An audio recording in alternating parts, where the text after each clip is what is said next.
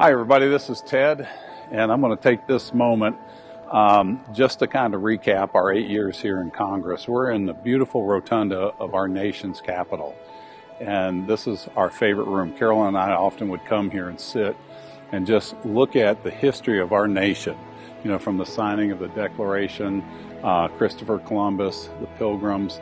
You see so many things of this great nation of ours that are epitomized here, that has built the fabric that inspired our founding fathers to come up with the principles that has made this country so great.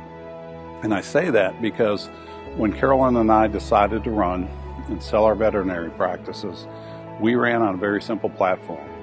I had my alignment in life as God, country, and family, and the very basic principles that allowed Carolyn and I and anybody else in this chamber to achieve the American dream. And we saw that off course. And so the people of the 3rd District elected us. We are fortunate to get elected 4 more times. And as you know, I ran on term limits, 8 years. And I thought it was really good because people said, why 8 years? And I said, well, 8 years is good enough for George Washington. By God, it's good enough for Ted. And so as we look around here, you can see the signing of our Declaration of Independence. And this is what really inspired me, because I saw our country off track. And again, Carolyn and I are products of the American dream. You know, we achieved way beyond what we thought was possible. And that comes from opportunity. And that opportunity comes from our founding beliefs that our rights come from a creator, not from government. Government's instituted by we the people. And our core values that said we're all created equal. And we've gone through 200 and some years of struggle to make that better. The thing that holds that together is our Constitution. Those 3 things are what make America what it is today.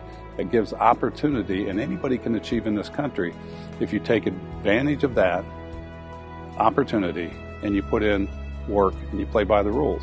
And so, you know, when I look at recapping what we have done in the last 8 years, we've had some great wins. You know, we had the largest tax reform in the history of the country that stimulated an economy where we saw the lowest unemployment across demographic lines. We saw personal wealth go up, more take-home pay. We got rid of regulations that freed up businesses, and coming from the private sector, that's one of the things that we focused on. We failed to get health care reformed, but it still can happen. And then being on foreign affairs and agriculture, I had the privilege of chairing the Asia Pacific Subcommittee on Foreign Affairs. And we had the most significant piece of legislation passed in that committee in about 20 years, we've been told over and over again. And it's something known around the world, but I can't take credit for that. We had got a team of people when we came up here that we put together. And when we interviewed them, we wanted them to have the same beliefs we did, that we are a constitutional republic, that we do believe in the Constitution, that we do believe in a limited government.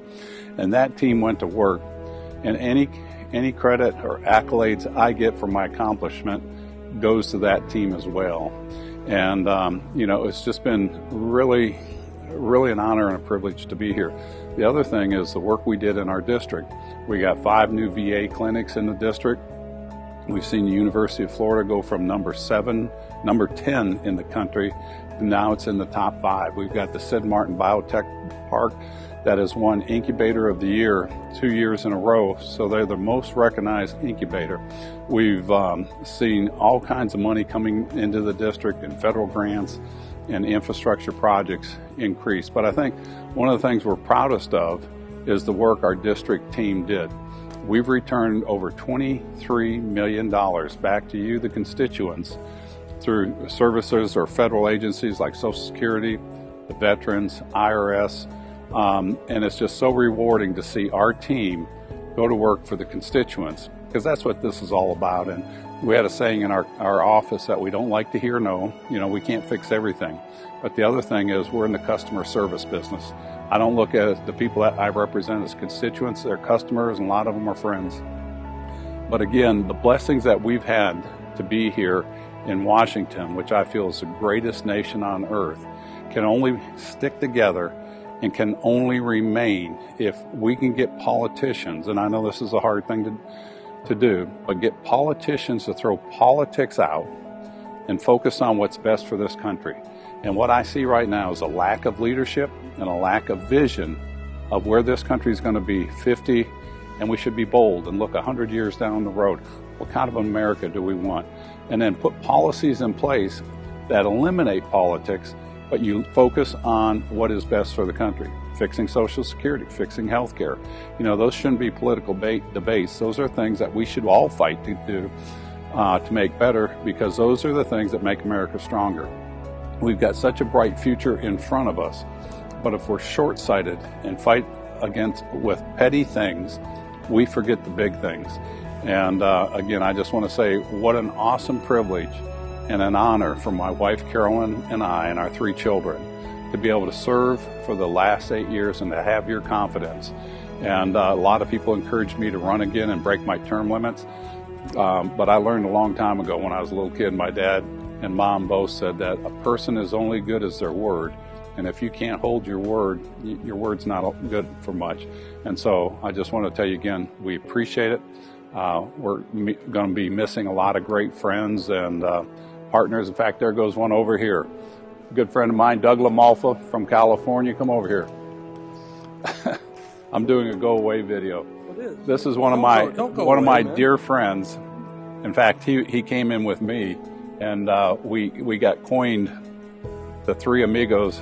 It was Doug, me, and Rich Hudson. Richard Hudson from North Carolina. And it's been an honor to serve with you. Doug is a humble guy. He comes from California, and the thing I like is he's a farmer. So thank you for your friendship. Well, he helps farmers out a lot, too. You're a good friend. I'm going to miss you, but you're a man of honor. I always appreciate you, sir. Appreciate you, buddy. All right. Take care. And it has been such a great feeling to be here with these people. And some of them you probably won't want to see again, but others you are going to miss, and I'll stay in touch with them. So have faith in your country. Our system has been around longer than any other system in the modern world, and it's given more success to so many people, not just here at home, but around the world. So don't lose hope in that. Being a Christian, one of my favorite sayings is, don't grow weary in well-doing, for he that follows the law of the Lord shall reap the harvest. So with that, I know this country will be in good shape and in good hands with the new leaders we have coming up. Take care, God bless, and thank you.